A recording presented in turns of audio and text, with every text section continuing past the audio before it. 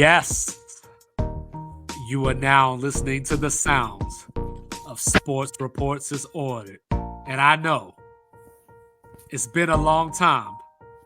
We shouldn't have left you without some dope takes and stats to step to. Mr. Logical is here. 2-5 is here. College basketball is here. Check out 2-5 Daily. Yo, it's getting serious. About to be tonight, overloaded. We're going to start it off with Get It Off My Chest, as usual. We're going to talk about some NFL. There's a lot going on. You know, Mr. Logical's top 10 quarterback is out for the season now. Sorry, Mr. Daniel Jones. And then, is anybody out there surprised like me that Ohio State is still number one in the college football rankings? And I'm not saying they shouldn't be. I'm just saying I'm surprised they are. So, come fellowship with us. Let's get righteous. And let's get it off our chest. So I'm going to go ahead and get us started. Public enemy number one, the NCAA, the National Collegiate Athletic Association, the toothless, spineless authority wannabe in college sports. Now, you know, they can't even do nothing about Michigan right now. The Big Ten is the one talking about punishing Michigan. Where's the NCAA? The NCAA had Arizona, Louisville, Kansas, and Oklahoma State all in trouble for the basketball scandals. Oklahoma State, the only one that got in trouble. I don't even know how that works. Well, you know about Tez Walker in North Carolina and how he had to beg because his grandma wanted to watch him play football and the NCAA wouldn't let him. Well, that ain't just all, because I know a lot of y'all ain't going to care about this. It comes from my hometown, so I'm just going to get to this real quick, right? So Nenda Tark played for Coppin State last year. You know, he was an all-MEAC freshman of the year before. You know, he led the nation in steals 2 seasons ago. You know, he's a 12.5 point player with 5.9 rebounds to go along with it. He decided to transfer across town to Towson, which is not quite Baltimore, but it's Baltimore. They're a little municipality. They don't got no mayor, you know what I'm saying? So they're Baltimore. But anyway, so he decided to transfer over to Towson. Towson, who lost 4 starters with their leading scorer transferring to Kansas. So dire straits over in Towson, Maryland. You know, Coach Pat Scurry doing a good job over there, but, you know, it is what it is. So at some point during the summer, Tark decided that he wanted to transfer to Nicholls State down in Thibodaux, Louisiana, for those of you not in the know. He wanted to transfer down there. He never actually transferred. He never actually left. He never packed his bags. I don't even think he visited. But what happened was there was a coach on Nicholls State staff who is no longer on their staff who enrolled him into 2 classes. He didn't enroll himself. He didn't go to the magistrate or the registrar or anybody like that on campus. This man took it upon himself to enroll Tark into some classes. So the NCAA now has Towson hostage, as Towson is 2 days away from their season opener against Coppin State. And they don't know if they're going to have Tark or not. What are we doing? The dude didn't leave campus. He didn't file any paperwork. This coach down in Louisiana just decided to sign him up for classes. Why does it seem like we punish kids instead of institutions? So, like I mentioned, Michigan, all this cheating scandal going on. Now they're naming names. They named Purdue. They named the Rutgers and Ohio State. But the NCAA has been quiet about that, and the Big Ten commissioner is handling this. You know, when, you know, like I said, Oklahoma State got nailed for the basketball scandal, but Kansas said, screw you. And the NCAA said, we don't want no beef. You know what I'm saying? Like, remember North Carolina and the whole like grades thing? And Oh, and they like they had the don't made up classes and the yeah, football when players Julius Pepper was had a 1.8 GPA, you know, and football all that. players didn't know the alphabet. Yeah, and the NCAA, you know, let them off the hook. You know what I'm saying? But now when it involves a player, especially a player at a small school like Towson, now all of a sudden you walking soft with a big stick. We know you put the extender on. Take the honey pack. I mean, we all know what the NCAA is. It's theater. It's disciplined theater. The same way we go to the airport and security is checking your bags. It's security theater. It wants to give the impression that we're tough on X, Y, and Z. It's not. Right. It's easy to punish Townsend because most things that the NCAA is punishing people for, there's probably something that a good lawyer could find to argue against it. Mm-hmm. Well, if you don't have the resources financially or you don't have access to these good lawyers, you're not going to do it. Kansas probably has a great law program. I know Michigan has a top law program. Schools like Georgetown, Northwestern, they have great law programs, so they have a good alumni. That's why these scandals end up coming out years later because it's just scandal on top of scandal on top of scandal on top of scandal on top of scandal. Because as these things are brewing up, they can be squashed by a decent alumni lawyer, a decent local lawyer that is really close with the school. But if you're one of those schools that you can't afford it, they hammer you. Like we Mm-hmm. talked about the NCAA rules as far as like you moving up from FCS, the FBS. And it's like you should be able to do that. But if you don't have a good enough lawyer to dig deep into the books to determine whether their ruling against you is credible or not, See, you can't do it. that could be a whole get it off my chest too, because James Madison's sitting up here at 9-0, you know, and right now they can't go to a bowl game, but there's a possibility that they could go to a bowl game if there aren't enough bowl eligible teams. But like let's take a school like say Colorado, That you could know, potentially end the year 5-7. and get a bowl game and James Madison still won't. Yo, follow the money. It's a simple thing. Follow the money. Follow the money. Yep. And what might get off my chest as we transition, you follow the money. We talk about these NFL players. I want to give a positive get off my chest to Josh Dobbs. Yes, he did come into Atlanta, come off the bench after he got traded from Arizona. Who knows what they're doing to Minnesota in the middle of the week. So figure he got traded on Tuesday. He packed up whatever he had getting packed up in Arizona, headed to Minnesota. Drastic weather change, play style change, expectation change because he was going to be the backup definitely when he got to Minnesota. Hall runs a play. Bates gives him a shove when he's being wrapped up down low, bounces his head off the turf. Now, they were going to send Dobbs in, but it was like, you know what? Let's send the field goal unit in. They kicked the field goal, put him in a game. He had a couple of strange fumbles, a couple of strange turnovers. And then he just persevered, came back, broke his way out of a sack on like 4th and 7 to get a first down, and ultimately end up beating the Falcons 31-28. But this man's been on 5 teams since last season. He's moved from Pittsburgh, Detroit, Tennessee. Arizona, Tennessee, Minnesota. He was on Jacksonville a few Yeah, because years remember back. he played when he He was was on in Jackson or Pittsburgh, Tennessee. Remember he played that Thursday night game against Dallas. played the Thursday night game against Dallas, just getting thrown out there, getting beat up. But just the resolve and the intrinsic just resilience of the human spirit is embodied by what he's doing. He didn't hang his head when he got traded. He didn't hang his head when he was a third stringer. He didn't hang his head when he came from Tennessee and then he was on the Pittsburgh team and they keep putting him behind. Guys like Trubisky was behind, Mason Rudolph. I mean, obviously you can be behind Ben Roethlisberger, but he just kept playing, waiting for his moment to come.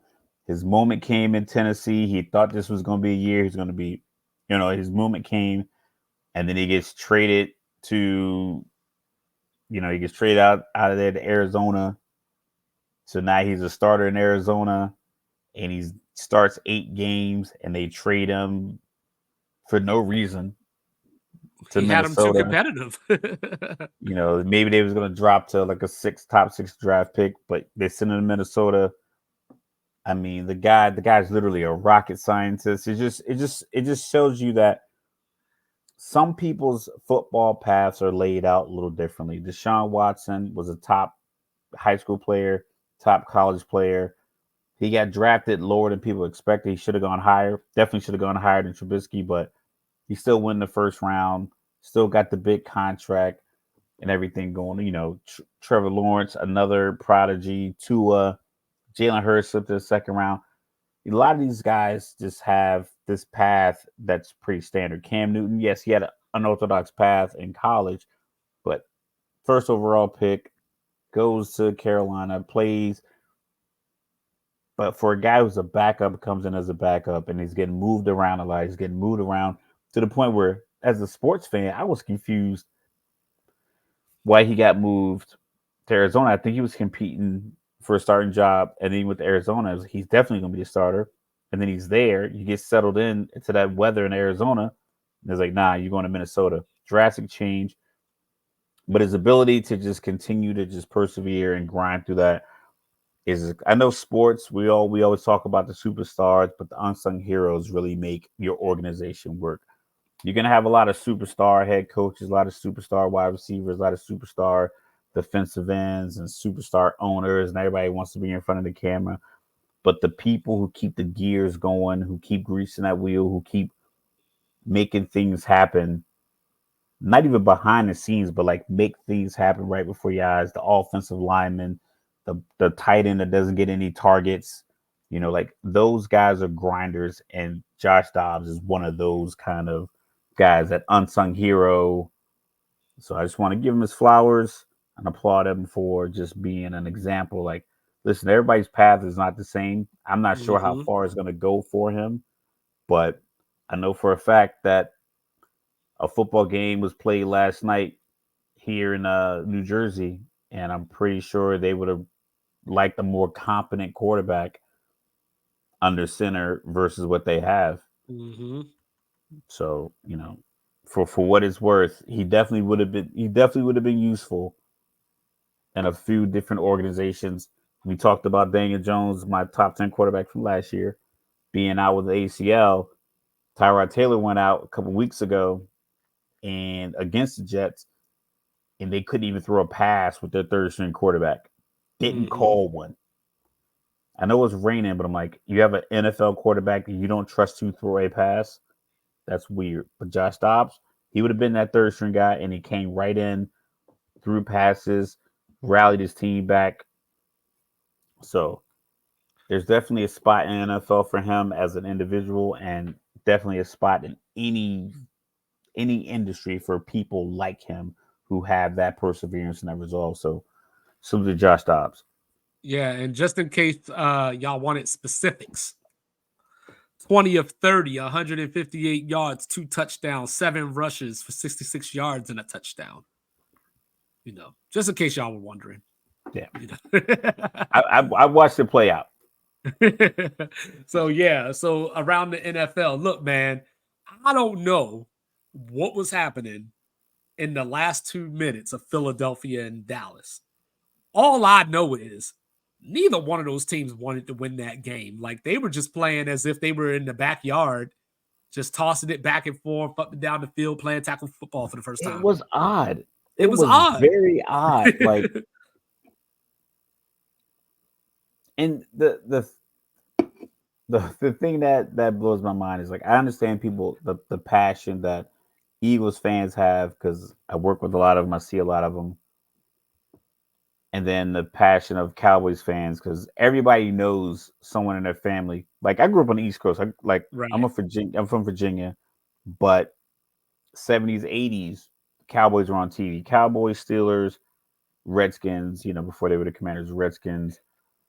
So my family is a like a hodgepodge of that. Like the East Coast team, not a lot of Giants fans, but there's a lot of random Cowboy fans in my family from here and there. But you knew it was going to be a passionate post game argument. I thought it was a good game. I didn't think anyone messed up anything. I'm kind of sick of these referees with these holding calls. It's like they got to have a meeting or something because like the defensive ends are too fast. You can't call every holding call on all offensive linemen, and the wide receivers already get enough space.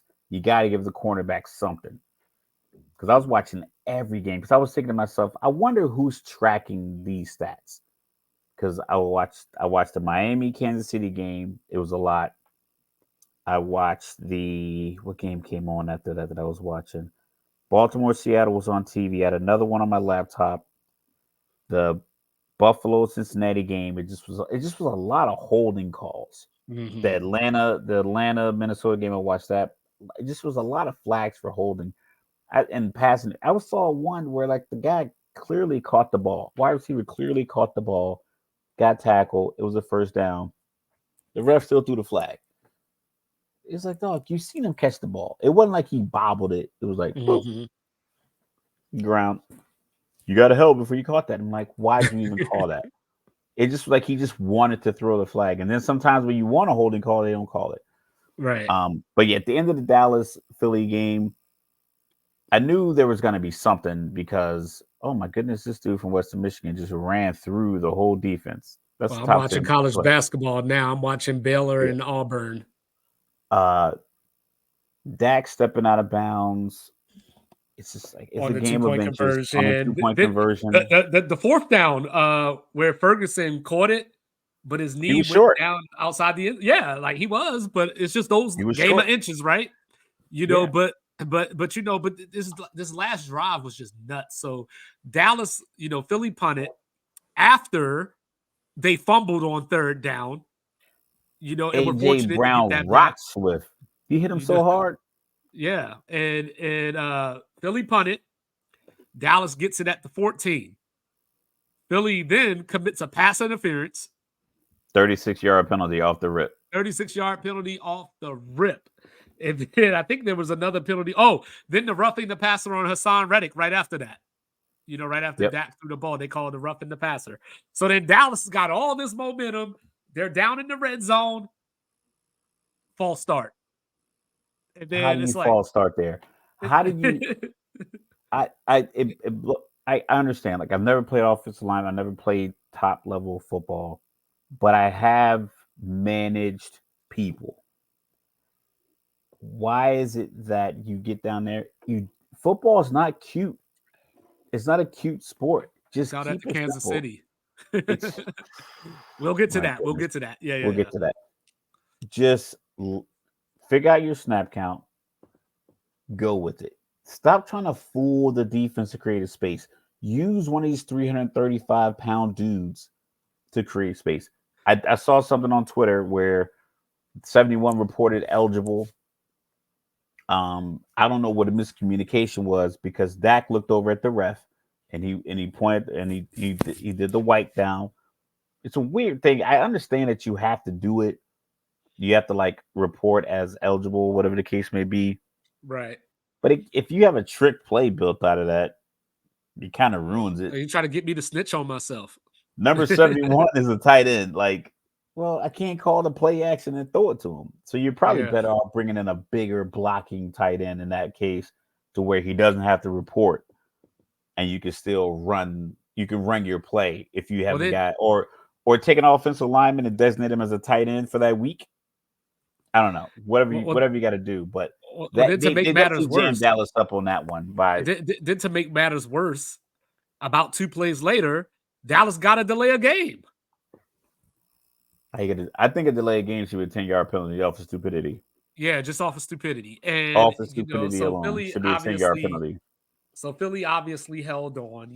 Dallas didn't get the 2 on the previous score, so they had to go for the touchdown. It was a 5-point game, so they had to go for the touchdown, and the pass fell incomplete at the end. So, Philly got out of there with the win. I don't know how they feel about it. Like, I mean, it feels good to beat Dallas, I guess, but definitely going to the film room on that one. So Kansas City, Mr. Logical over here Yeah, I texted was me. texting you. I was texting you Yeah, during the he game. was Yeah. texting me. And all he said was Kansas City need to stop trying to be cute. Stop being cute, dog. What they do, dog? Tell us about it. So I'm trying to think like what this is something that bothers me with Kansas City every week that I watch them. 3rd and 2, 4th and 1, 4th and 2, 4th and 1. These short yardage. It's like they want to trick the defense. You don't need to. Just give it to Pacheco. We know because they don't call quarterback sneaks with not Russell Patrick Mahomes because a few seasons back, like his knee got dislocated. Thursday night against Denver. Yep. Yeah, knee got dislocated. They don't do the tush push and things of that nature that they do with guys like Daniel Jones and Lamar and these other guys who tend to run. Even though Mahomes is a big guy, 6'3", 6'4", they're like, nah, we're not doing that. So the defense already knows that play is not happening. But that doesn't mean you have to do the pass because you're looking for Kelsey first because it's a tough down you got to get. And they just keep calling these sprint out pass plays or these bunch formations and Flipping run it. all these guys in motion. It's like, yo, you need 3 feet. Every offensive skill player you have on your side of the ball is at least 2 yards tall. They're all 6 feet tall. Just give them the ball, push up the field, Lean forward. lean forward, get the 1 yard. It doesn't have to be a tush push. It could be from You could get shotgun. cute once you get the first down. Get the first down. It's like literally, yo, dog. As a running back, you don't even have to lift your head up. Like we're gonna go inside zone run. Just run into the back of the center. If you run into him hard enough, he's gonna run into the guy that he's already blocking, and they're both gonna stumble. At least do this to the point where if you fell in between in between these gaps on either side of the center, if you're running your full speed from 5 yards back, you're gonna fall forward that 1 yard, more than Right. likely 2, unless the Right. guy. And if the defensive tackle gets penetration, he would have stopped the pass play or the run play. So he just made it a good play. The likelihood of a guy making that play in that moment, if you all are fully aware, like, listen, we're gonna just push forward, get this first down, and they just kept doing it. And like they make these plays as if they have Tyreek still on the team to where they can, if they make a stop, we can get a quick score on the back end. And they don't have that player. Those guys got zero separation. Patrick Mahomes is throwing dimes because guys were literally, he would have like a 1 yard box to like get the ball in. Like, this is all I have. I got to get it right here. And he was putting it right there.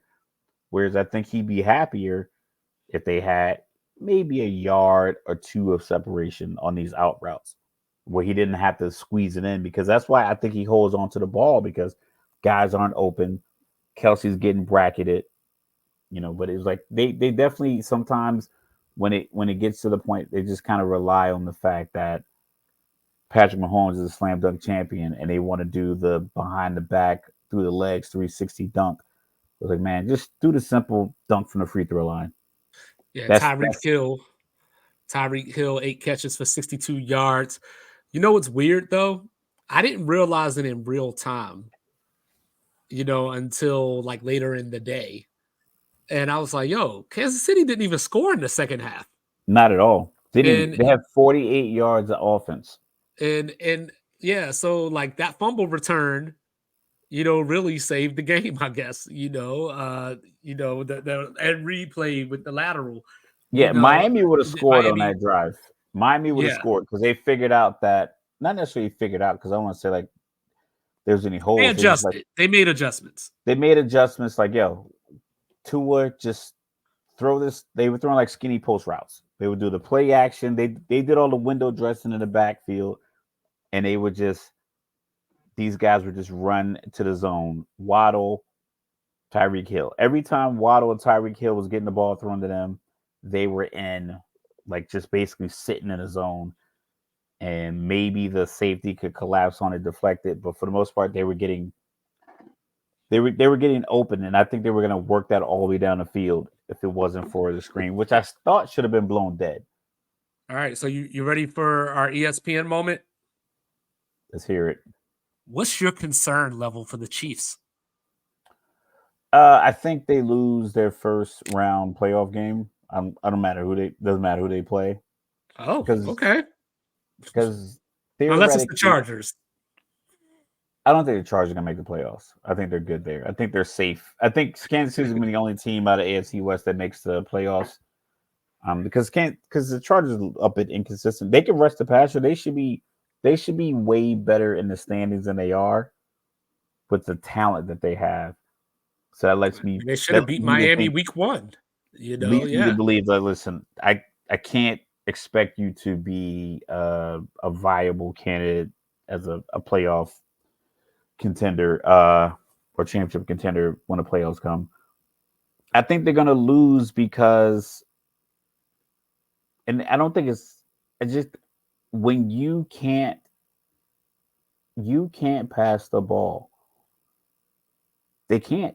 Sky Moore, Kadarius Toney, Rashee and Rice. Rasheed Rice, each one of them caught passes in the first or second quarter and got up and celebrated like it was the game sealing 3rd and 8 conversion, and they were going to go back to the huddle and take knees and win the AFC Championship game.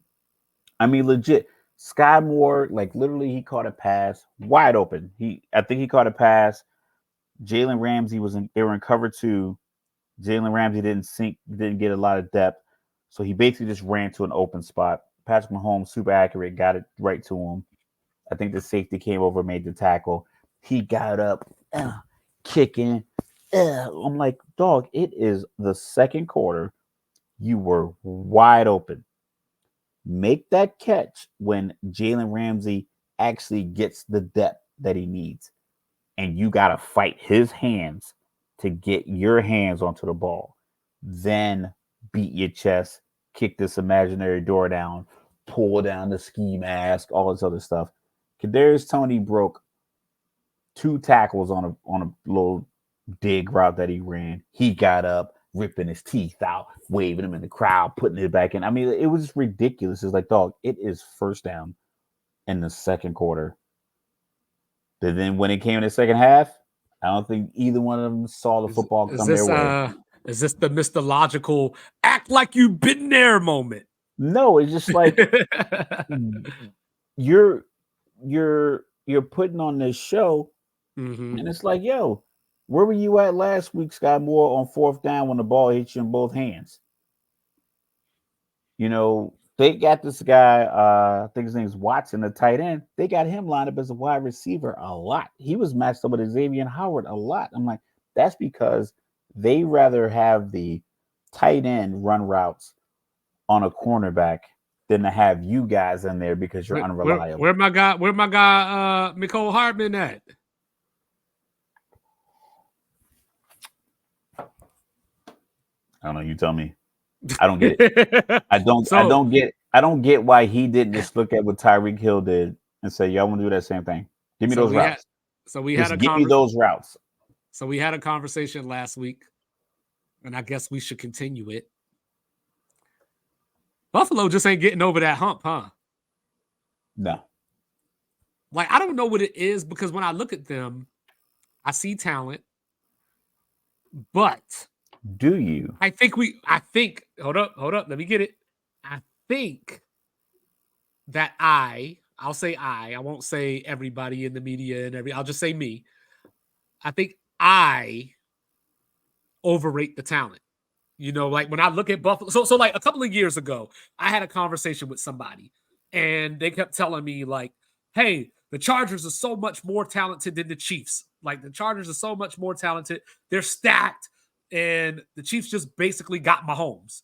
So why can't the Chargers do what Kansas City's doing if they have the better team? And at the time, I was just like, look, I like Keenan Allen. I thought he was overrating the person I was talking to. I thought he was overrating Mike Williams. You know, Eckler wasn't quite what he is now at the time. So I was just like, I didn't see the difference in talent that he saw. Kansas City had talent. It was just all on offense. But when I look at the Bills, I'm like, okay, so Tre'Davious White is gone, Milano's gone, and my guy Elam, who was supposed to take a step forward, did not take a step forward. Me and you had a conversation a couple of weeks ago about Gabe Davis, where I'm like, Gabe Davis is good, but I don't know if Gabe Davis is good independent of Stephon Diggs' presence. Yeah, but that's the thing. I don't think if they would have. I just don't know. It's not that he isn't. I just don't know. If Buffalo would take the Kansas City, that playoff game they had against Kansas City, where Gabe Davis had all those touchdowns. I think it was like 3 or 4 touchdowns. Yep. This dude's running for his life. Yeah. Yes, incomplete. And for those of y'all who care, Auburn 43, number 20 Baylor 40, starting the second half. So Central Michigan and Western Michigan football 35-28. Western Michigan's winning. 6:47 left in the fourth. I know I was watching the Ohio Buffalo game. I was watching the Ohio Buffalo game earlier, but once I saw Bruce Pearl, I had to change the channel.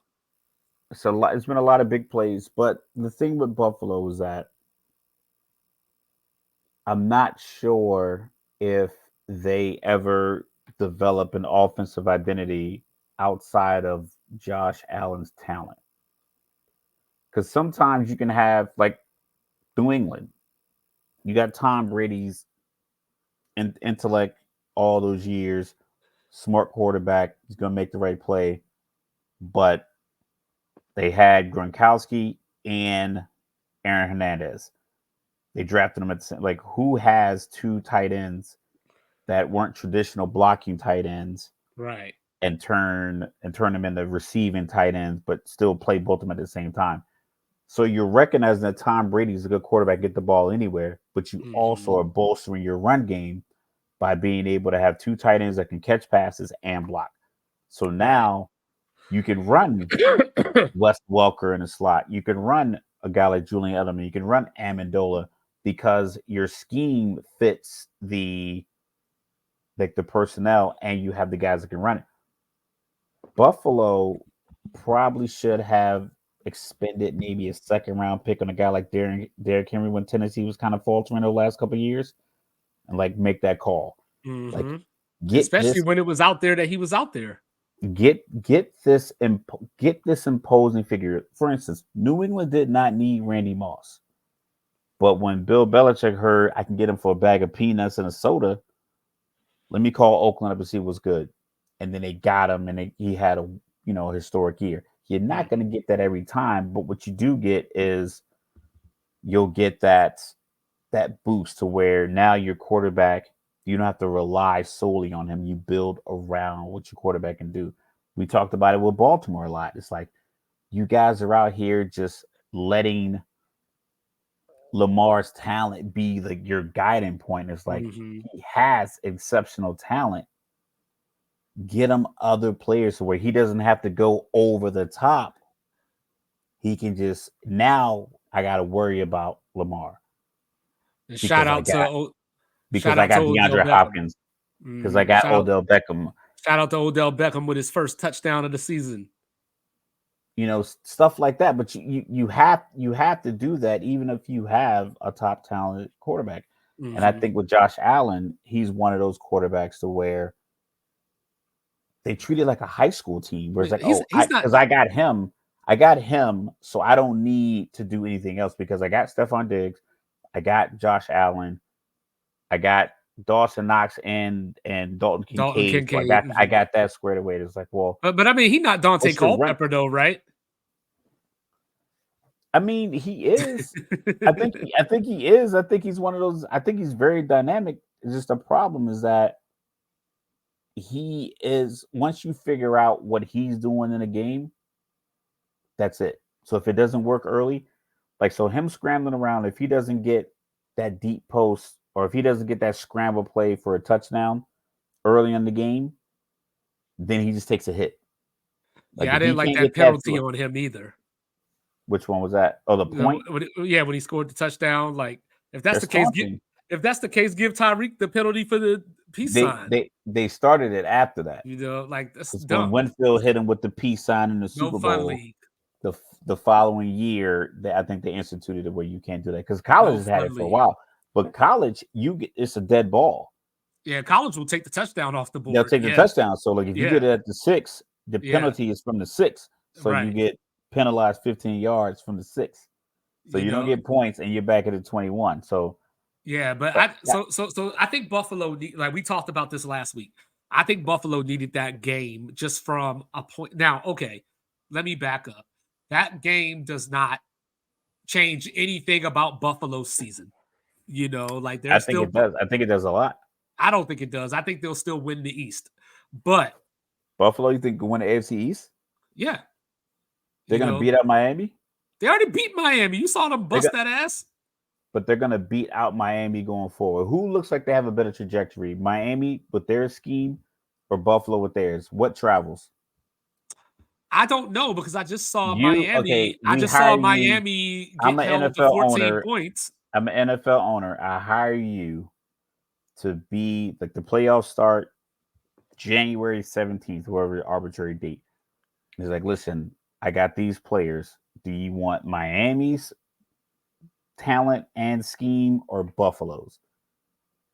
Who you taking? I'm taking Miami. So how do you think Buffalo is gonna win out the AFC East? Because Buffalo's scheme is beatable. Because it's basically you shell it off to where you make Josh Allen, you stop the run game. Because if they run the ball 3 times in the first quarter and they don't get 60 yards, they just abandon it. 60, huh? They just full on abandon the run game. So now you get it to where you double Stephon Diggs. He gets frustrated. And then you make Gabe Davis beat you 1-on-1, which he should be able to do if they would have built the scheme around their offensive performance in that playoff game against Kansas City. If they would have built on that, I think they'd be a better team. By building on that is like, okay, we got the pass game straight. They added another tight end, perfect. Get the running back, even if it wasn't like Darren Henry, if it was a guy like Devontae Freeman, not Freeman, what's his name? Devontae Foreman, who was in Carolina. Some of these guys that can just come in and just pound the ball, get you those gritty yards. Well, I think so. Miami's up by a game right now, and Buffalo has a head-to-head over them right now. I think their schedule is about the same. The problem for Buffalo is their back-to-backs are tough. Like they got like Kansas City and Philadelphia back-to-back, for example.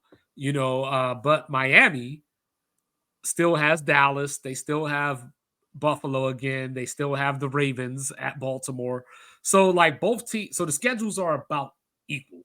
Buffalo has a first place schedule that they're playing. I just think and a lot of those teams are still first place caliber teams that they have to play for the rest of this year. But Miami plays the same schedule. It's just a different order. That's the only thing. Like Miami already played Kansas City. Miami already played Philadelphia. Buffalo still plays them. They both still play Dallas. Miami plays Baltimore. So that evens up with, Buffalo's second or third toughest game. So I think it's a photo finish, and I think Buffalo wins. I admire your faith. Anyway, the point that I was trying to make was that, like, I think they needed that game for a psyche standpoint, because. But that's what I mean. I don't think Miami's psyche is ruined from losing to Kansas City. So I don't know how Buffalo. No, I don't think back. it is either. But when I look at Miami, I look at who Buffalo they beat. Needed it. Yeah. I look at who they beat and the record of those teams that they beat.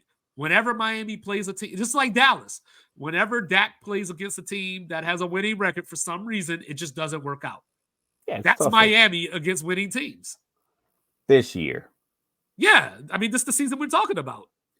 And it's tough, but Buffalo, when it comes to games that are these quintessential, you need to assert your dominance game, outside of your conference, they tend to lose those two. No, Like they'll Buffalo's win one. problem. They'll win one. They'll get up for one game, so they'll beat Miami, and then they'll Buffalo just lose can't all beat. their other big games. Buffalo just can't beat Cincinnati and Kansas City.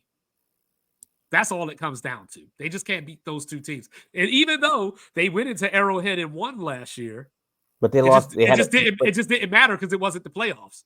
But they have. They have like the inevitable bad game where they lost to the Jets. But we've seen how like there's no reason for anybody to lose to the Jets. Realistic. If you have a top Hey, quarterback, Philly you lost to shouldn't the lose it. Jets.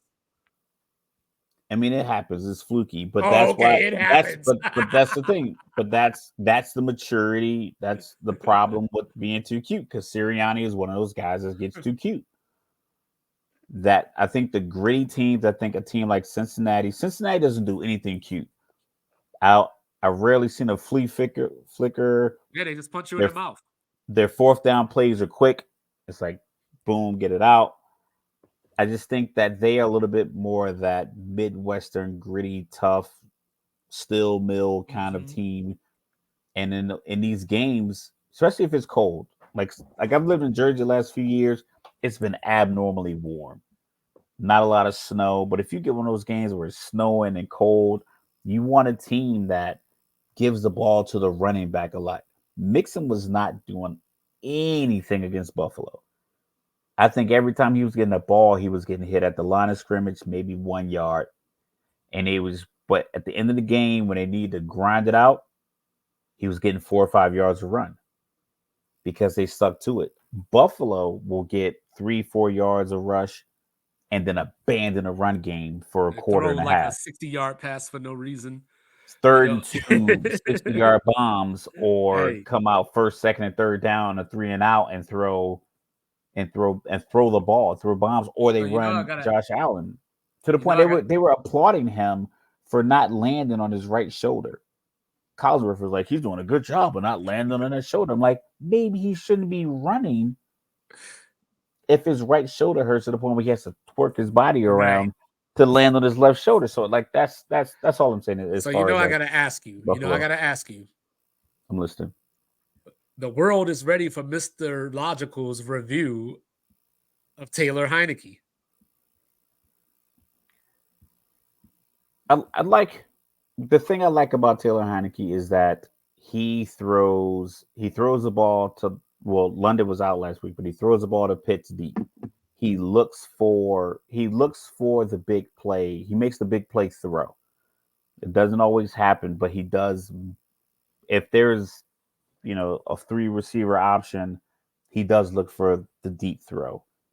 The problem is that the coach is just so vanilla and bland, and he coaches like he's fearing for his job. He should be. But that's the thing. I mean, he shouldn't be coaching that way, but he should fear for his job. Because you shouldn't fear for your job. You should go out there and coach and you should instill fear in the other team. There's no fear. The reason that Atlanta and Bijan Robinson with this top 8 draft pick, the reason he can't get off is because no one believes that Atlanta is going to throw the deep post route. Like they just, I've seen it. I think Vance Jefferson, his first game after they traded for him from the Rams, they threw it to him once. It got overthrown. They didn't call anything like it for the rest of the game. No matter what was it, I think it was against the Commanders. I'm like, it worked. He was open. Call it again in some other format where you either max protects, roll out, and throw it again the next quarter, or throw it with Scotty Miller. Scotty Miller, who was formerly with Tampa Bay, is one of the fastest guys in the NFL. He was a track guy, small, like a speedy Wes Welker. Right. We'll throw it with him on the other side, coming the other way, because the post with Vance Jefferson was from the right side, I guess from the Y, and he ran a post. Well, okay, call in the second quarter and run it with Scotty Miller coming this way. Like, make that call, and he never makes that call. Like, if it doesn't work, he'll try one time. He just won't try anything like it again. So Heineke is trying to make these other throws and he's undersized. He's a backup quarterback. He's gritty, and that works, and that's good. But that's it's just good enough to get us to 6-11. 21 for 38, 268, a touchdown and a pick. And then he had the fumble that was, I think they reversed it, whatever. But yeah, like I said, I like the fact that at least he made a change. Mm-hmm. But the problem for me isn't the player, it's the philosophy, and the philosophy comes from the coach. So Right, it doesn't matter if you're going to do the same thing. Yeah, I need the other Arthur to make a change, not Arthur Smith, the coach, Arthur Blank, the owner. Mm-hmm. Yeah. Yeah. So along with Daniel Jones, we talked about the torn ACL. Cam Akers also tore his Achilles. So, he's gone for the season. My guy, my Florida State guy just can't get right. But how about the NFC West? No touchdowns this weekend.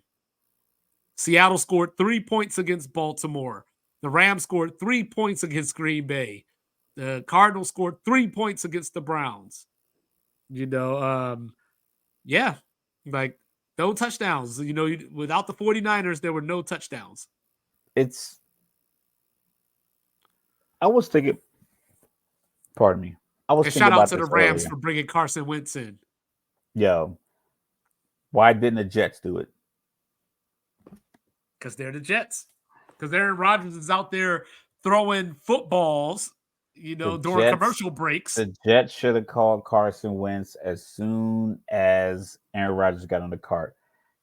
But that's neither here nor there. I was thinking about this. Dallas has a linebacker, number 14. I forgot his name. He's built more like a safety, playing linebacker. Kansas City, ever since that Super Bowl they had with the Tampa Bay Buccaneers, they have kind of figured out the Patrick Mahomes passing game. He still got his yards. We talk about a lot of the MVP races coming up. There's no quarterback that's really separated himself with touchdown passes or just having an outstanding passing year, considering all these teams passed. I think Justin Herbert has less than 15 touchdown passes. Mahomes might be somewhere around 16 or 17. I think Tua was close to 20. So I think Trevor Lawrence still might be under 12. Yeah, they were off this week. So yeah, so he might be still on the 10. 9. So he's at 9. I think Lamar didn't throw a touchdown this week. Let's see. Well, no, he did. He threw the one to Odell. No, Huntley threw that. Huntley threw that. Yeah, Pro Bowl Huntley. Shout out to the University of Utah. So what I'm thinking is that I think the defenses have adjusted to this passing league by putting guys who are built more like safeties. Yeah, Herbert has 13 at linebacker. So I think Mahomes might have 15. He's got 16. 17, and he's Tua is played the leader. 9 games. So think about this. The year he won MVP, he threw 50 touchdowns in 16 games. Right now, after 9 games, he has 17. Yeah, and they don't run the ball a lot. Tua is the leader with 19. Josh Allen, 18, tied with Kirk Cousins, who is injured. So he's not going to get any more. Then Mahomes, Russell Wilson with 16, Jalen Hurts with 15. Everybody else is below 15. Now, this is 7-8 games or 8 or 9 games these guys have played. Well, Mahomes and Hurts. Well, I think Mahomes and Hurts, the thing that stands out is their 8 interceptions. Because I think the defenses have figured out how to defend these high passing offense. So I'll put a linebacker or safety. I'll put 12 more pounds on him, make him a linebacker. And that way he can still cover the tight end. Because now everyone's getting 2 tight ends. Everyone's trying to get the Kelsey. So I'll get the 2 tight ends. Mm-hmm. And then if I need to put this linebacker on a slot receiver, I can for my base defense. So now it's just when the quarterback looks up, he's seeing just athletic bodies. And I think the number changes is probably throwing him off too. because you got guys like Aluakon, Tranquil. A lot of these guys are around 20, 23, 21, 22, 24 playing linebacker. So when you look up and they look like safeties and they look like corners, but they're really linebackers, it's like you come off of it quick because these numbers are very low. Like no quarterback is over 20 passing touchdowns. They're throwing Zach Wilson threw 49 times last night. That's Zach. He's a terrible NFL quarterback. Like since he's come in the league, he's last in almost every major category.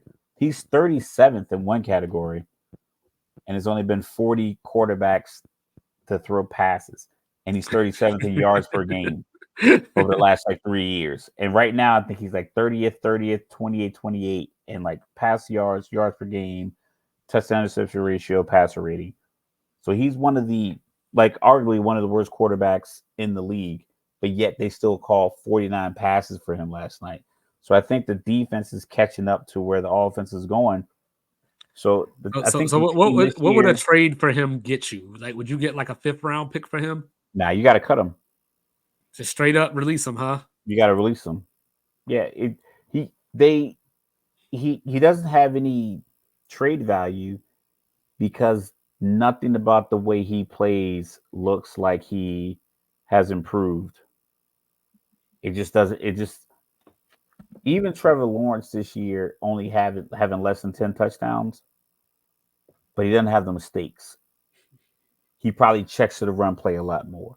He makes the 3rd and 8 pass conversion, but then still runs the ball in, and that's how they get their points or gets them the field goal range.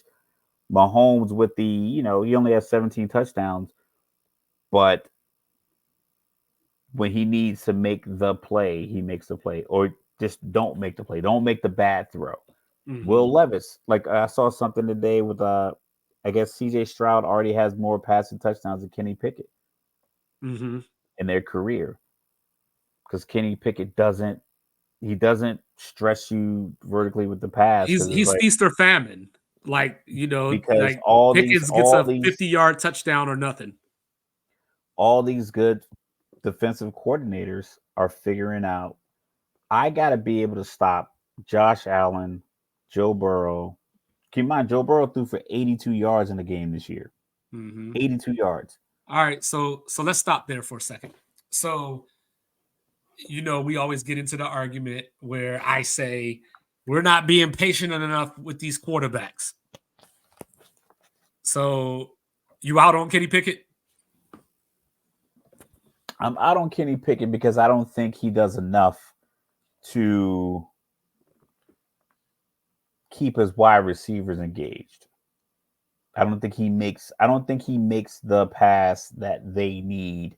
I don't think he makes a smart pass, a sharp pass, on time pass that keeps these guys, because it's gonna be tough, man, to keep these guys engaged for 45 minutes while you turn it on in the 4th quarter.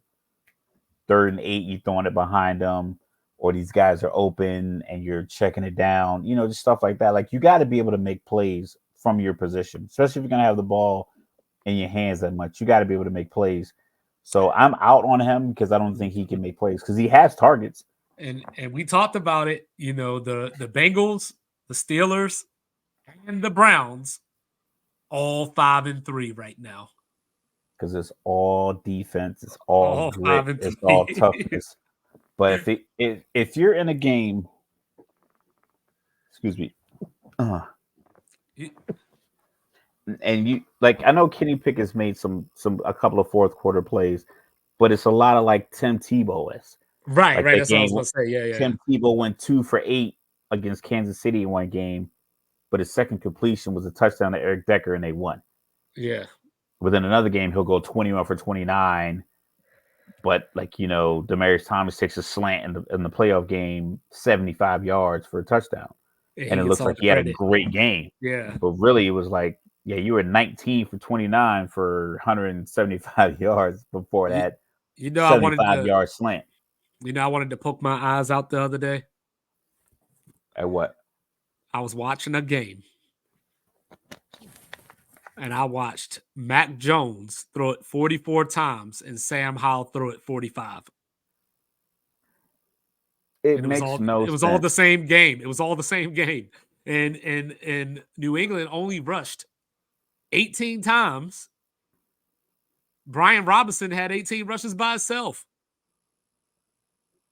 And not only that, but Ramondre Stevenson had a 50-plus yard touchdown run. They just makes no didn't run. sense.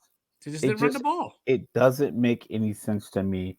Like, I sit here, and like I said, I shouldn't feel like me as a guy. I've watched my kid play football. That's as close as I've gotten to play call. I've had the only person that I've had like genuine NFL or like play calls, football play calls with the terminology and emotions is my 14-year-old son. And I did something on Madden. He's like, "Oh, you just ran a Dallas you just ran a Dallas route, whatever. You did this and this and this and this." So he's probably the only person. I think he was like 8 years old. He had a wristband from his coaches, and one of the plays they had like 48 plays on it. They were 7 8 years old. One of the plays was like, uh, uh, twins right X over Y slant Z go on 2. Like, it was some crazy. I'm like, you guys are 7. And I was like, what does this even mean? He was like, oh, that just means the fullback goes in motion this way, and then this guy runs this route. But he knew all of it. But like, that's the only conversation I've had, like, as far as like throughout the years, is like with my son. So when I'm sitting there watching these NFL games, I was like, you have to know that Zach Wilson is not making it. It's some crazy stat. I think even the top quarterbacks like Dak Prescott, it's like his win-loss record when he has to throw more than 40 passes. Baker Mayfield, another quarterback, if he has to throw more than 40 passes. The game with Cincinnati, not Cincinnati, but Tennessee and Kansas City last year when Malik Willis threw 16 passes. Yeah. And then Mahomes threw 60 passes and Willis threw 16. But they still needed Mahomes to run it in. I know to they get the still only touchdown scored and a 2-point 17. conversion. Yeah, he ran both of those plays and he ran in the touchdown and he ran in 2-point conversion. It's like, so why are you throwing the ball 60 times? It's like there has to be a whole 3.5 yards per play running the ball or any way you get it. It's a first down. 3.5, you run it again, 7 yards. 3rd and 3, you get 3.5. That's the first down. So for these NFL coaches to not run the ball when offensive linemen love run blocking because they can do some of the dirtiest shit when they're run blocking. They get called for holding on your pass plays. Like, I hate it when I see a team go call a pass play on 3rd and 1 and get called for holding. Now it's 3rd and 11. Why? Why'd you do that again this game? I get you can't do it every time, but why'd you do it multiple times this game? How about CJ Stroud with the record-breaking performance? 470 yards against the Tampa Bay Buccaneers. I'm going to say, thankfully, the Carolina Panthers owner made his money in tech, and he had like 60 billion or some crazy amount because he's doing a terrible job at managing this football team. I would have got up to 2. I would have traded up to 2, and I'd taken CJ Stroud. I would have given up DJ Moore, because as soon as Chicago would have been like, yeah, we want DJ Moore, I'm like, because where was Carolina? Carolina was already. I want to say they were at like 9. So they were somewhere in the top 10. Yeah, they were 9 because I remember the Bulls, the Bears, the Bulls, the Bears picked the lineman. Yeah. So the Arizona was at 2, right? Yep. You knew they weren't going to take a quarterback. Yep. Colts were at 4. Seattle was 5. I would have traded up to 2 and let whoever was going to give Chicago the deal they wanted. Because you can't. How do you trade your number 1 wide receiver when you're getting an undersized quarterback? And he's young too. Like, he's not an old receiver. Like, it's not like, I don't know. Like, hypothetically, I mean, he's not old, but it's not like it's DeAndre Hopkins coming off all these injuries. I give him 26, maybe. Yeah, definitely under 28. Substantially under 28. Like, 26 to 28 in NFL, that's a lot of hits on your body. I think he's somewhere in the 25 to 26 and a half range. Yeah, 26. Yeah. Birthday in April. So I'm getting a 5'10" undersized quarterback, and I'm gonna give up my best receiving target. It was a bad deal altogether. No one knew CJ Stroud was gonna come out have 15 touchdowns and one pick in his rookie year and break rookie records and have a 5-touchdown game. Because up until that point, he only had 10 touchdowns, one pick. But the fact that he hadn't had multiple interceptions, it's good. And he didn't throw a pick for his first 6 games. So like, I mean, I think he's a real deal. This whole Ohio State quarterback, whatever, that's nothing to do with it. Like what you do at college and what you do in NFL, it's almost irrelevant because I don't know about this quarterback Ohio State got now. I mean, we'll get to that, but Tyler Bagent. Yeah. He's making this Justin Fields to Atlanta trade in my head start to percolate. I was talking to I shouldn't say I was talking to. A couple of guys in the group were talking, and it's always fun to just listen, read/listen, because when I read those comments, I read them in different voices because but all I heard was how Bagent was terrible. I was like, I guess I'm not watching the same quarterback. Like, especially considering the fact that he went to a Division II school. Like, he looks like he's ahead of a lot of curves or the Division III. I think it was Division III, yeah. He's right in West Virginia. He's ahead of a lot of curves. I mean, like, he looked more NFL ready than Zach Wilson. He looks more NFL ready, keep it a bean, than Justin Fields. Well, I was going to get to that, but I wasn't going to say those words. But I watched it because I watched a couple of their games to see that. What I was going to say, Justin to Atlanta, so I'm just going to try and get that out there. Well, what I was going to say was that he's playing like he really wants Justin Fields' job. That's what I was going to say. That's the thing. I think the way it's the same conversation when I had when you talk about a guy like Andrew Luck, Deshaun Watson, Tua to some extent, Jalen Hurts, Russell Wilson when he was in college. They just look different. Like what's the guy that was in Texas Tech that was throwing the ball to Michael Crabtree? Graham Harrell, right? Yeah. He probably should have got a better shot, but I think he went to Green Bay, and you weren't gonna usurp Aaron Rodgers. Right. But right. They had this whole moniker that Texas Tech quarterbacks couldn't play in the NFL. Cliff Kingsbury, I think Kevin O'Connell, I think he was a Texas Tech guy. So it was this whole moniker like, oh, in this narrative that you couldn't play in the NFL because you're a Texas Tech guy. What we're getting now is a lot of quarterbacks are getting former collegiate quarterbacks and getting one-on-one training. Like there's quarterback coaches here in Jersey that I can hire that will work one-on-one with my 14-year-old. So if you believe your son can be this level quarterback and you get him that tutelage that, breaking down the defense, cover 2 versus quarters versus cover 4 versus cover 3 versus man, and what it looks like, because that's what it boils down to. If you can figure out that all of this movement means that this route is open, because your arm is going to get you the ball. Every quarterback in the NFL could throw the ball 60 yards, wherever it is. They could throw it. If they're in the 40, they could throw it to the goal line, no matter what team it is, whether it's Tua, whether it's Josh Dobbs, whether it's Sam Howell or Tyler Heineke. Every single one of these guys can stand on the 40-yard line and throw the ball 60 yards.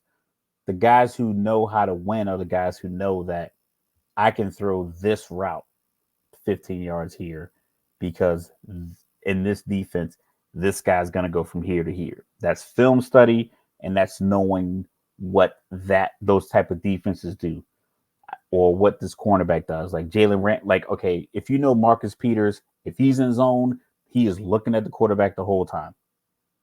So if you can look him off, you can get it over the top of him because he is literally doing this. He's backpedaling like this. Feast or famine. So if you know that, and you know that if even when he's in cover 3, he should be dropping all the way back. He's looking for the quick route because he plays on the Raiders. Crosby, Chandler Jones, when he was there, like they're getting to the quarterback. He knows, like, listen, this guy's going to have a little bit less time. Jalen Ramsey was feasting off that Von Miller, Aaron Donald thing. That's why he was getting a lot of deflections and picks and things like that, because he knew, man, you don't have 3 seconds. I'm not dropping back 30 yards. Why? I know your offensive coordinator called a play to where this route here, this underneath route, is what you're going to throw because you can't block Von Miller and Aaron Donald. Right. So I think once you figure that part out, Bagent looks like he's figured that out.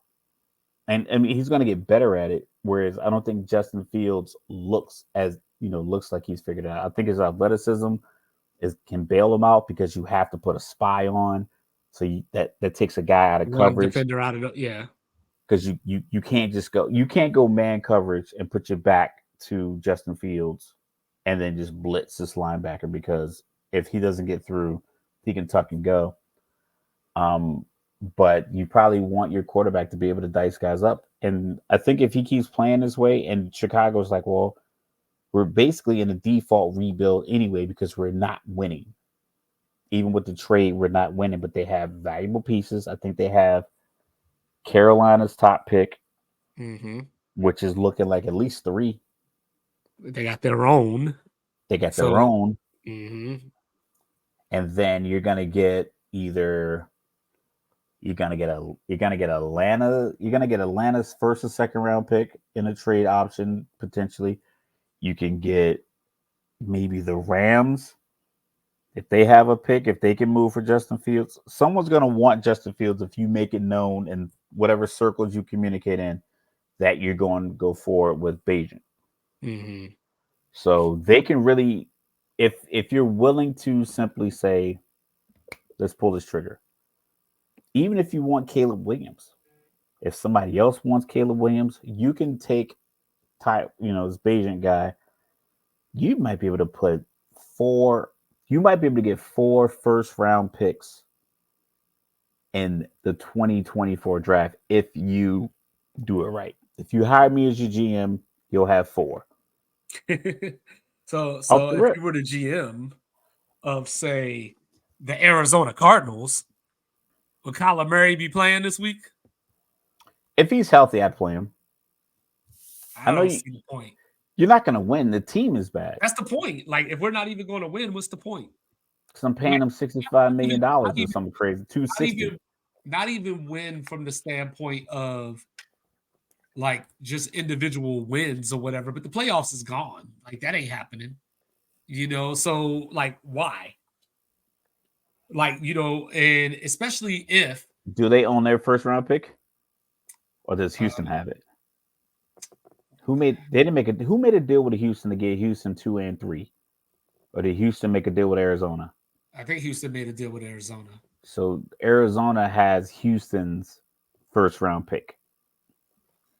That sounds right. I'll have to double check, but okay. But go ahead. You figure you're gonna finish somewhere in the Caleb Williams, Drake May lottery, somewhere in that range. You play Kyler Murray, and you get a little buzz, and we'll say Stafford's done. They come calling for Kyler. I know it's in division. New Orleans, I think they might be said Tampa Bay. Does Tampa Bay feel like Baker's not the guy, Kyle Trask's not the guy because he couldn't beat at the guy that you didn't think was the guy? Yeah, Houston moved up because they were already. Houston was already 2. They got 3 from Arizona this year. Okay, so now, and they ended up getting Will Anderson. So now, and so Arizona has Houston's pick, and they have their own, correct? I'm looking now. So you think about a team, AFC East. Does New England make a move? Is Mac Jones a guy? I don't know if they bring in Kyler Murray, but you're going to have teams that are going to want a quarterback that's been in the league for a few years, if you can showcase that Kyler Murray still has it, I think Tampa Bay would be willing to make that move.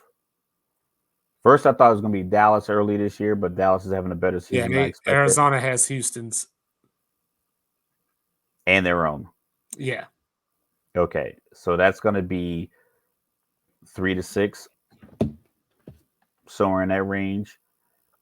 Does Minnesota? Well, it depends. If Kyler Murray come back and like they go, it'll still be about 3 to 6 because he wasn't really like, you got to keep in mind he had DeAndre Hopkins. Who's the wide receiver threat? Hollywood Brown. They got, hey, don't you disrespect Rondale Moore? Yeah, but he's basically just a different number in the Hollywood Brown's uniform. Well, like they're the same. The problem is that like they were already competitive with Josh Dobbs, so theoretically, maybe Josh Dobbs just has that kind of that moxie. Maybe, but theoretically, varsity blues. I mean, go to the strip club, come to the game kind of energy. I mean, shout out to Johnny Moxley. Theoretically, Kyler Murray would be an upgrade over Josh Dobbs. So if they were performing that well with Josh Dobbs, you would think that they could at least do the same. They could be equal. Yeah, but wasn't Kyler Murray notorious for just being like a blah kind of teammate? He didn't really. He wasn't a ride. Did they start? Did they start 7-0 one year? The year that he threw the Hail Mary against Buffalo? Yeah, like was that that might have been the year before. Okay. The year they got JJ Watt, because JJ Watt like, maybe we're just better. Yeah, there was a year they started 7-0. They've been pretty mediocre ever since that viral sideline moment. I feel like they finished better. I feel like they finished. They started 7-0 and finished like 9-8 or like 10-7 or something like that. 7 because they had the ugly playoff game against the Rams. I think they finished 11-5. That was before it went to 17 games, right? 11-5, 11-6, something like that. So yeah, I think they went 4-6 in their last 10. Yeah, that sounds right. Yeah, so they had something like that. So I mean, it helps to get off to a good 7-0 start. But I just don't see. I mean, we talk about the whole Call of Duty. Yeah, you gotta watch XYZ amount of hours clause. Yeah, this might just be one of those things where they're just, hey, Kyler Murray's healthy, we'll take a 3rd round pick for him, and you got to take his contract. So if you're Minnesota, Kirk Cousins comes back. Realistically, it takes a year for an Achilles. Takes a year. Mm-hmm. Aaron Rodgers out here acting like he's going to defy the odds. It's like, nah, dog, you got to scramble. No, he came out and said that like he just said a few weeks. Yeah, of course. Yeah. Like, because we ain't stupid. We see people tell, like, that ended Isaiah Thomas's career. Granted, it was like the 90s, but that's a serious injury. Like, people don't just snap right back from it. Like, I mean, pardon the pun. But yeah, so I like where NFL is going. I just, if I'm the GM, if I could interview to be the GM of any team next year, and I think who has the biggest potential to make the splash, the Bears. I think the Bears really truly have an opportunity to get, they can legit have three, maybe even 4 1st round picks in next year's draft. Yeah, and one of those 1st round picks might just be Marvin Harrison Jr. It better be if it's available. Who is now back-to-back on the number 1 team in the country, Ohio State. So I mentioned in the intro, I was surprised that they stayed number 1 because they're not in the SEC. So they came out here, they played around with Rutgers, was down at halftime. Kyle McCord still looks awful in the first half. He doesn't look that much better in the second half, but he does look better in the second half. And I thought they were going to get penalized for playing a bad, Rutgers is 6-3, so not a bad team, but like name-wise, people don't take Rutgers seriously. It was something like every game that Ohio State has played against Rutgers since Rutgers joined the Big Ten, they scored at least 42 or 49 points, 42 points or something like that.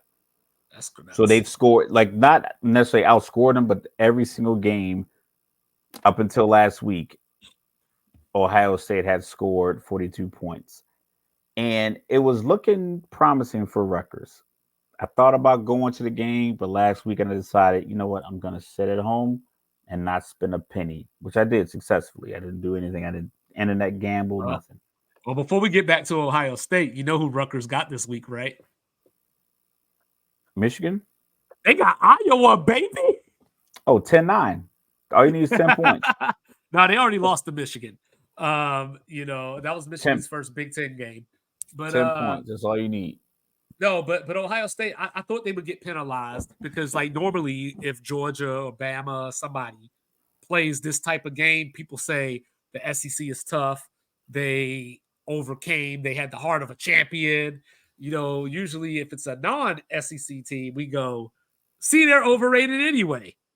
But I think what it is, I think the reaction to Ohio State initially being number one is why the committee kept them at number one, because everyone was like, Georgia, as I thought about it, should have been number one, considering that they're back-to-back national champions. I get that's not the team that's on the field right now, but you haven't knocked no one's knocked them off the throne. I mean, it's like no one's come in and really said, I'm better than Georgia. Because can you look at Ohio State right now and definitively say, I think they're better than Georgia? All right, let's play a game. Ole Miss goes into Georgia this weekend, and they win. How far does Georgia drop? To 4. Why?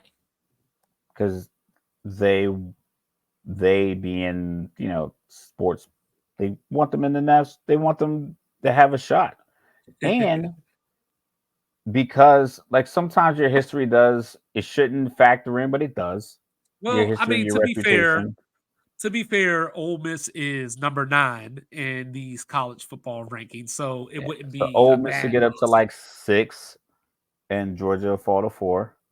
But that's where it gets weird, right? Because then what do you do with Bama? Because Bama beat Ole Miss.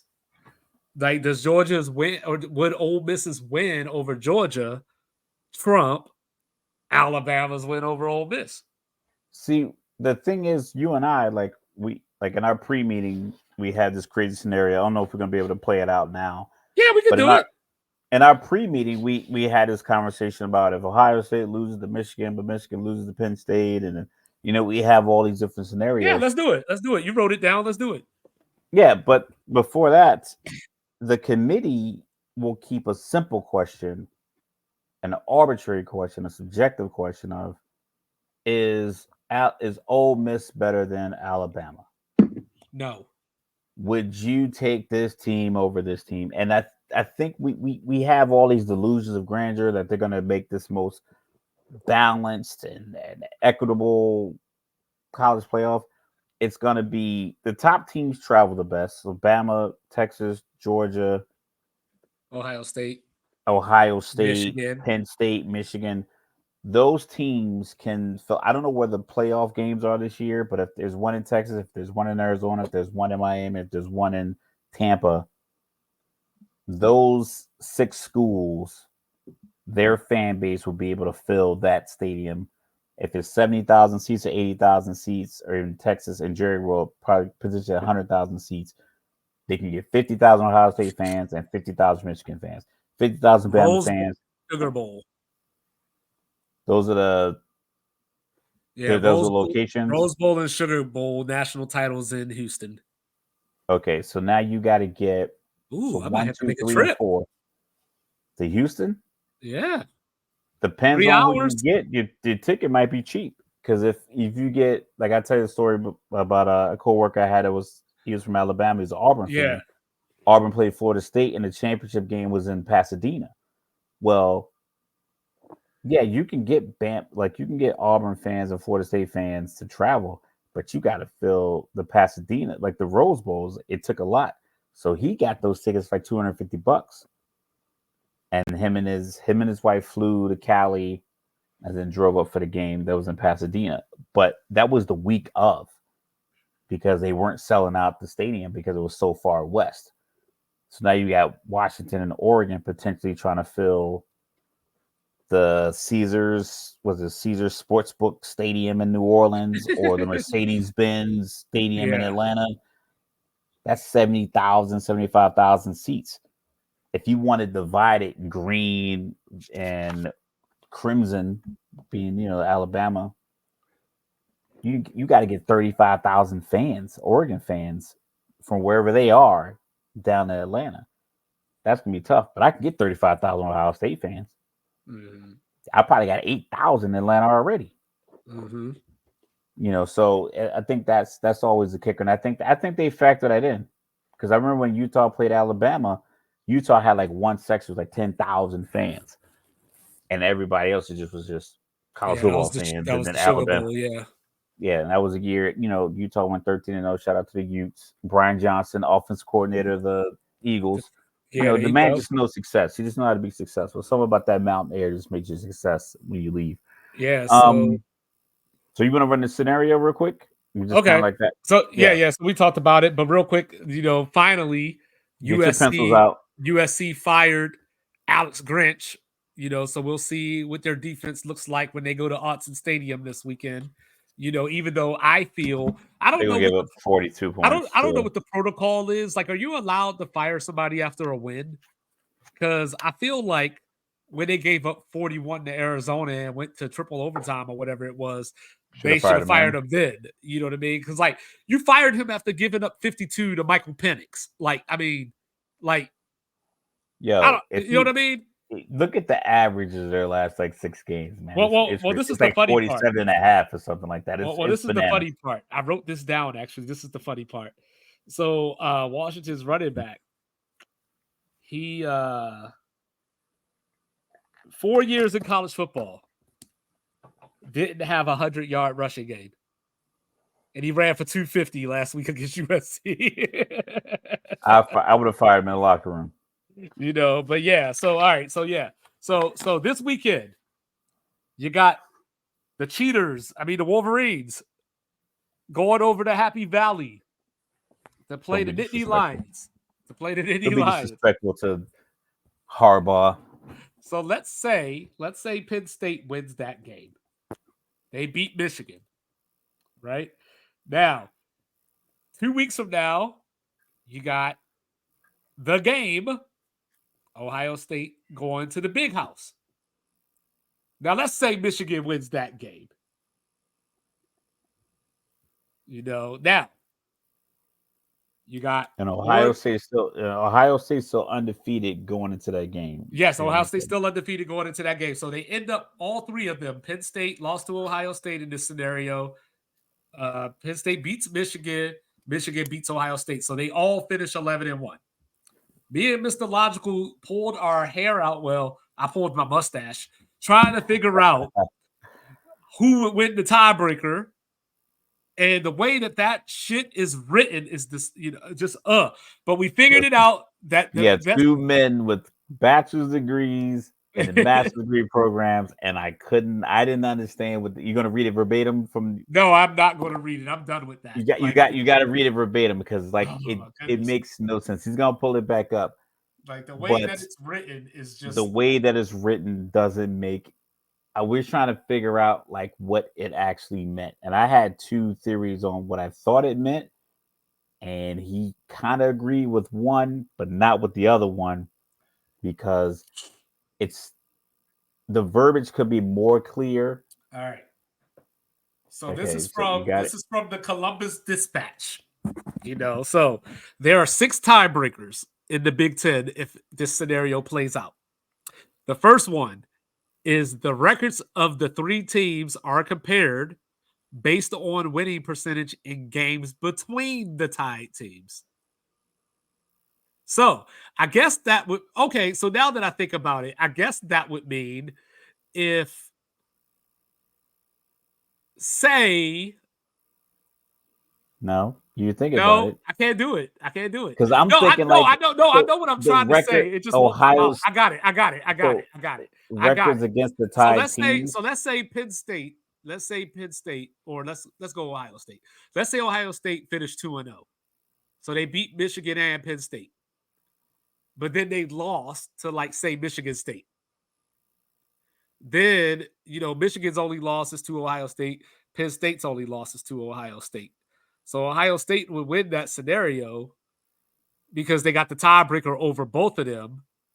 But when you add the third layer of them all, I don't get it. Never mind. Yeah, they're all going to be Never mind. 1-1 against each other, right? Yeah, they would be 1-1 against each other. So, Yeah. so that part would just skip. Or they would be 2-1. So we go, or one, no, yeah, against 1-1. each other. 1-1. Yeah. So then the next tiebreaker is the records of the three teams are compared based on winning percentage within the division. So that zeroes out because they would have beat everybody but themselves. So you're that's stuck the same as the first tiebreaker, right? You're still stuck with your scenario. Stuck at 1-1 and 1-1 and 1-1. Okay, right. So the third tiebreaker is the records of the three teams are compared against the next highest placed teams in the division in order of finish. You still end up in the same place. Well, no. I think that's the difference. Read it again. The records of the three teams are compared against the next highest placed teams in the division order of finish. So that finish is the same. That would go to the fourth team. So these teams are essentially right, but they all beat the fourth team, so it was still zero out. It says like just that one team, or well, it says next highest placed teams, but they all play in the same division. So it would just even out because they would have beat everybody else except for their losses to each other. So who would be fourth right now? Like Iowa, Michigan State, and Northwestern or something? Well, no, because Iowa and Northwestern are in the West. So it would probably be. So what's the fourth tiebreaker? It would be the Rutgers or Maryland. It would be the Rutgers of Maryland. All right. So then you got the fourth tiebreaker is the records of the three teams are compared based on winning percentage against all common conference opponents. So you still zero out because you played the same division opponents. And you beat them all. Yeah. So, but the thing here that helps out. Is it conference or division? It says conference. So Michigan. Conference is Big Ten. Right. So Michigan and Ohio State both played Purdue. But Penn State did not. Penn State's the only one that played Iowa. Penn State's the only one that played Illinois. So what's the fifth tiebreaker? Michigan's the only one that played Minnesota. Well, actually, I think Ohio State plays Minnesota later. All right. So then fifth tiebreaker is the records of the three teams are compared based on the best cumulative conference winning percentage of non-divisional opponents. So this is where we came to the tiebreaker. This is where we found it. Yeah, we got to get all the way down to the fifth tiebreaker. We got to the fifth tiebreaker because Penn State's West opponents are 8-10, and then Michigan and Ohio State's are both 7-11. So in that scenario, if it was today, did it say conference or non-conference? It said non-divisional. Non-divisional. So against the West. So they're playing. So their games against the West. So the teams that each one of these teams beat in the West, their record added together. Yes.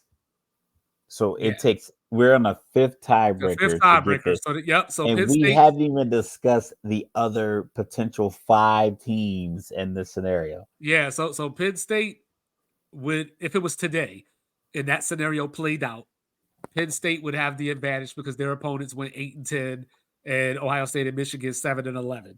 And if that didn't work, you would go the records of the three teams compared against the highest place non-divisional team. So I guess that would be Iowa but they don't all play Iowa, so you can't do that. So it would come down to the record of the division, the Western Division, the Big Ten West Division opponents that they all played. Right. Yeah. Which they don't have one. Pissed so many people off. But they don't have one. So you can't do that. So in that scenario, we had Penn State coming out. Yes. But if they make it through all 6 tiebreakers, then the best overall winning percentage would be deemed the winner of the division. But in our scenario, they're all 11-1. So if still tied, the team will be chosen at random. So I don't know if that's a coin toss or what, but So rock, paper, scissors. Yeah, so there's your scenario. So then, you got Texas wins out and wins the Big 12. You got Georgia wins out until the SEC championship game, and they lose to Alabama, who has won out. So Alabama is your SEC champion.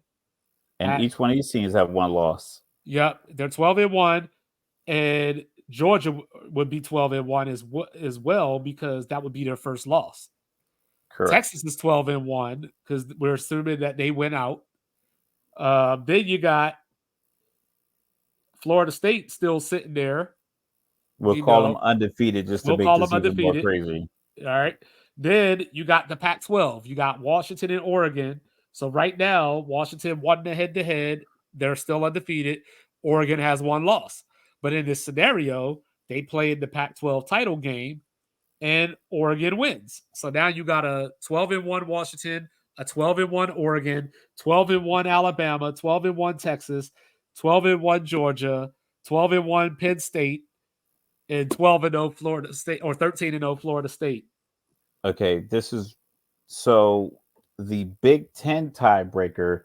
That was just to determine who represents the Big Ten East in the Big Ten championship game. Right. What if they lose?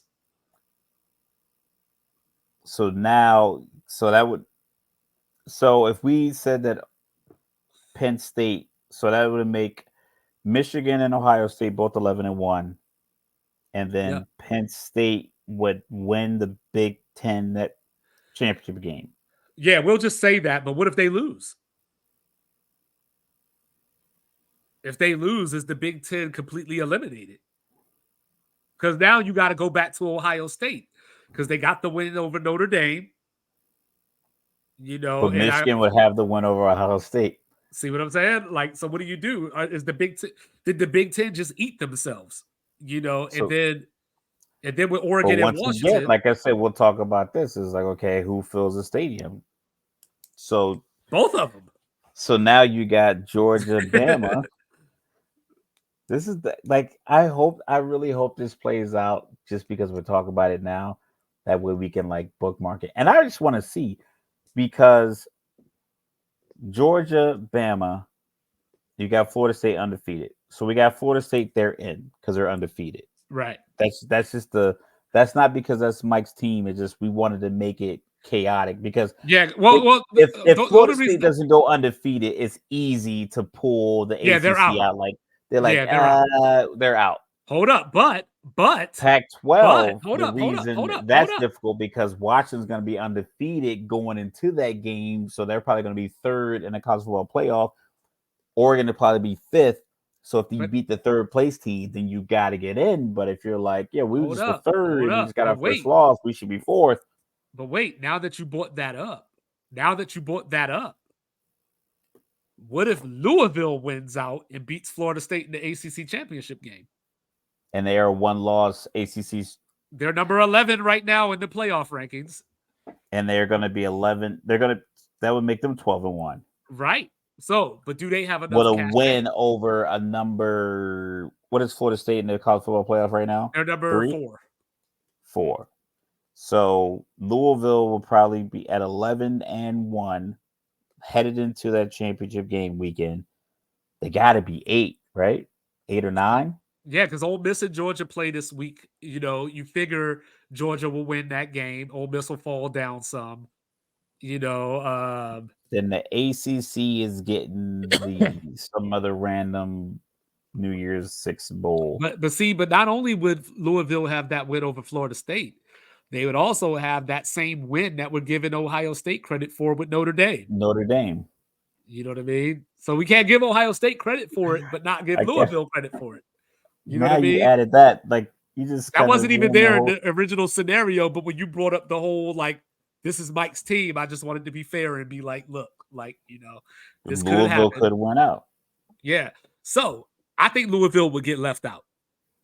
So that's why I didn't bring them up the first time. If you think about it, they shouldn't. They shouldn't get left. It depends on how you want to look at it. Because think about this. So using Washington or Oregon, either one, they would have a win over each other. They would have a win. Both of them would have beat Utah. Both of them would have beat USC. Both of them would have beat Oregon State. So those wins right there are already better than anything you could come up with for Louisville. So if I'm on a committee, because at least Florida State got LSU. So I look at it like this: if I'm on a committee, and this is what I'm presented with, and I'm gonna use my integrity to make this decision, I would simply have to go with the Power 5 winners. So I got to go ACC, SEC, Big 10, Big 12, Pac 12. I got to start with those 5. And I got to say, of these 5 conference champs, who deserves to be 1 through 4? Because you can have, simply because I don't have a good argument of why I would leave out a 12-1 Oregon Pac-12 champion to put in a 12-1 SEC runner-up, other than they are back-to-back national champions. As far as like information from this year based on that final week, because that final week is those rankings are going to be a combination of the ending and the final scores of the championship games. That's going to impact the final ranking. So I got to look at like, well, these are the championship games that were played. So I got to give credits and credence to those results. And that's where TCU got lucky last year, because they lost the Big 12 championship game to Kansas State. But then once USC lost to Utah again, there wasn't another one-loss team to put in there. So I would assume if we go down, if it plays out to where Penn State is your Big 10 champ, they're in. Alabama's your SEC champ, they're in. Okay. Louisville is your ACC champ. Oregon's your Pac-12 champ. And then Texas is your Big 12 champ. So I'm going to go Bama 1, just because it's Bama. I would go Penn State 2. I'd go Texas 3. And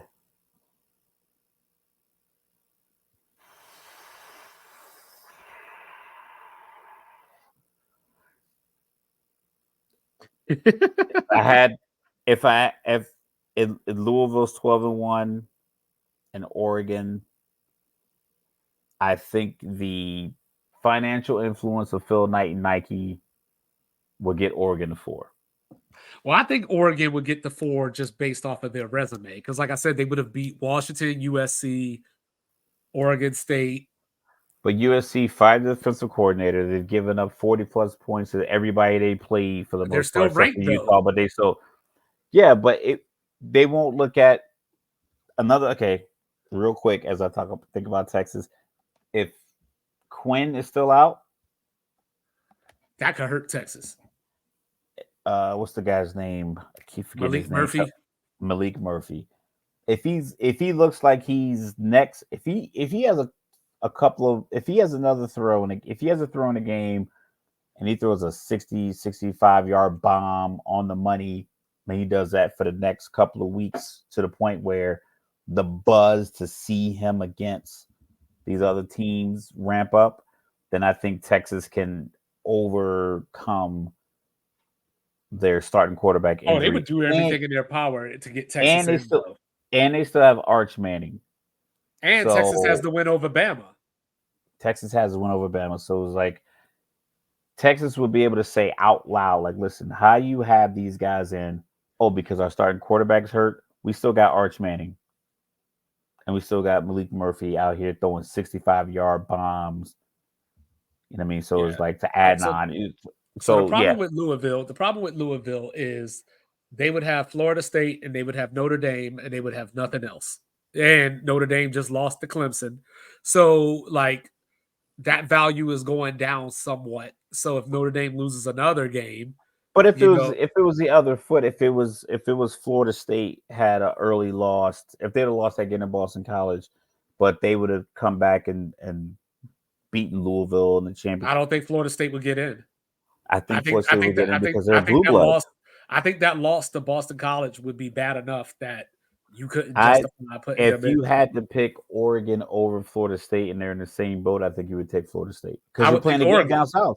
I would pick Oregon. Well, I mean, yeah, going off of money, because the game's down south, and you'll be able to rationalize. You'll be able to justify. But I'm talking about off a resume. Like, it's possible that LSU, which is Florida State's big win, LSU could end up with 4 losses. You know what I mean? And JD Daniels is out now. You know, I don't know if he's going to play this. I don't know if he's going to play this weekend or not. But he's up for the Heisman, so that means they might give him the answers to that concussion protocol test. They got Florida. Guys talk about it all the time. They would give each other the answers. Like they knew the answers to that concussion test. Yeah, they got the Gators this weekend at home, so we'll see. But if LSU finishes 8-4, and that's Florida State's best win. But if Jaden Daniels finishes the year with 50 combined touchdowns and he's being argued as a Heisman, it'll be like, oh, Brian Kelly can't win down south. It won't be the team. The team won't be bad. Well, the other problem, they just need a better coach because a better coach would have gotten this team with that Heisman candidate to here. So Florida State didn't beat a bad LSU team that went 8-4. So they beat a team that was coached poorly by this guy from up north. So this is where we stand right now. So that was our scenario. This is where we stand right now. So Florida State has clinched a spot in the ACC championship game. So they're going to be there come hella high water. I'm nervous, shaking in my boots because we got the Canes coming in this weekend. And I know the Canes aren't good. But what I do know, is that we are 21-16 against Miami in Miami. In Tallahassee, Florida State is 11-19 against Miami. So yeah, makes no sense. It makes no sense. But Louisville, their magic number is 1. With a win this weekend against UVA, they clinch a spot in the ACC title game, and if they don't get it this week, they can clinch it next week. In the Big 12, you got Texas and Oklahoma State, both 5-1 in conference. You got Kansas State, Oklahoma, West Virginia, and Iowa State with 2 losses. Now, this is the key. Texas beat Kansas and Kansas State, lost to Oklahoma. Hasn't played West Virginia. They got Iowa State coming up in a few weeks. Oklahoma State beat Kansas and Kansas State, and they beat Oklahoma, and they beat West Virginia, but they lost to Iowa State. So, yeah, it's getting wild up in here. Texas is at TCU this weekend. Oklahoma State's at UCF this weekend. So take that information for what you will. Bama is in the SEC championship game with a win this weekend at Kentucky. So go ahead and book it. Because they got the head-to-head over Ole Miss. Now, if they lose, Ole Miss still needs them to lose to Auburn as well, so that's probably not going to happen. So Bama, for all intents and purposes, are in the SEC championship game. They're in the catbird seat, if you want to quote Skip Bayless. Yeah, same with Georgia. Georgia's pretty much in the SEC championship game. One more win will get it done. In the Big Ten, we got Penn State hosting Michigan this weekend. Big game, obviously. We got Ohio State hosting Michigan State. And those are the 3 teams in contention. But in the West, take the over in the Ohio State game. But in the West, we got Iowa at 4-2. We got Nebraska, Wisconsin, and Minnesota at 3-3. Iowa has beaten Wisconsin already, but lost to Minnesota. And then the other 3 haven't played each other yet. So Nebraska, Wisconsin, Minnesota haven't played each other yet. Oregon and Washington is undefeated in the Pac-12. We all know that they're undefeated. They got Yeah, they got Utah this week coming into Seattle. They still got to play Oregon State. So Washington's not quite there yet, but if they win this weekend, it goes a long way to getting them to the Big 12, the Pac-12 championship If game. Utah wins this weekend, that helps kind of like slice up my little Venn diagram I got popping over here. So like, I think it'd be interesting to see a lot of these one-loss teams and see how the committee will respond. But I think the committee will respond in a very simple manner, where they would just kind of pick the top 4 teams that travel. All right, so we got Washington. Like I said, Washington is 6-0 in conference. Oregon's 5-1. But wait, because sitting there at 5-2 is those same USC Trojans that go into Autzen this week. So if USC pulls the upset against Oregon this week, they're in second place. You got Oregon State at 4-2, Utah at 4-2. Oregon State beat Utah head to head. You got Arizona at 4-2. Arizona beat Oregon State head to head, but lost to USC. So, we still got some things to play for here. It's not over yet. If Oregon wins this weekend against USC, these guys playing for their draft position, or guys going to start, sitting out because of tight hamstrings. Yeah. Things of that nature. Yeah, so that's where we are. You know what I mean? And I just wanted to give a shout out to Michigan State. They got their first win, since Mel Tucker got fired. They beat Nebraska. Nebraska fell to 5-4. Matt Rule. I don't know how he gets a job. Hey, they're 5-4. They haven't made a bowl game since I think it was 2017 or something like that. So one win away. Better than Colorado, so yeah, one more win. Speaking of Colorado, whew. So they got Arizona coming in this weekend. Now, I know it's a little early. We're not making picks today. Correct. But I'm putting Arizona on upset alert. Why? Not because Colorado's good. It's because over the last 4 weeks, Arizona has played nothing but top 25 teams. They lost to USC in the overtime game. Correct. They beat Wazoo 44-6. They turned around, beat Oregon State 2 weeks ago, beat UCLA this past weekend. No Dante Moore, of course, talented Dante Moore. But Arizona, I think, is just at the end of playing these 4 ranked teams in a row. They're going on the road. Going to cruise it could be a little bit. Yeah, it could be a scheduled loss. But yeah, so Colorado, they lost to Oregon State this past weekend. They still have Arizona this weekend. They still go to Washington State. And then, of course, they close with Utah.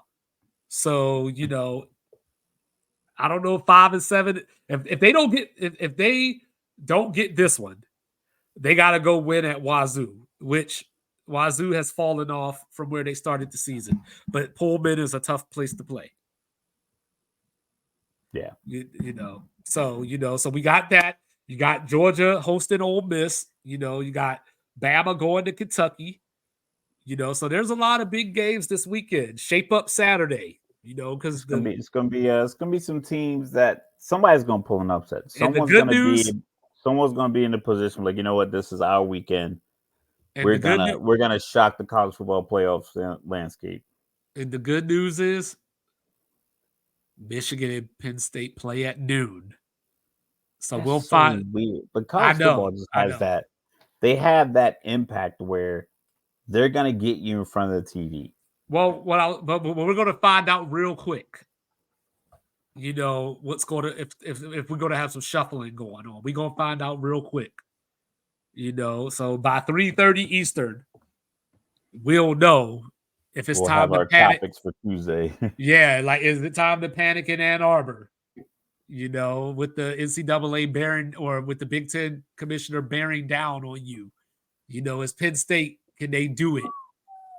We're just gonna have to wait and see. But on that note, I am 2-5. That is Mr. Logical. We will be back Thursday, we got picks, and more picks. You know what I'm saying? Like Baylor pulled out the win over Auburn. Bet against me if you're smart. Yeah, and then Whatever by the way, I say, just go ahead and pick a different pick. And by the way, don't forget, I know they're not that good this year, but it's a night game. Texas going to Fort Worth this weekend. Keep your eye on it. So, once again, he is Mr. Logical. I am 2-5. And we love you. Peace.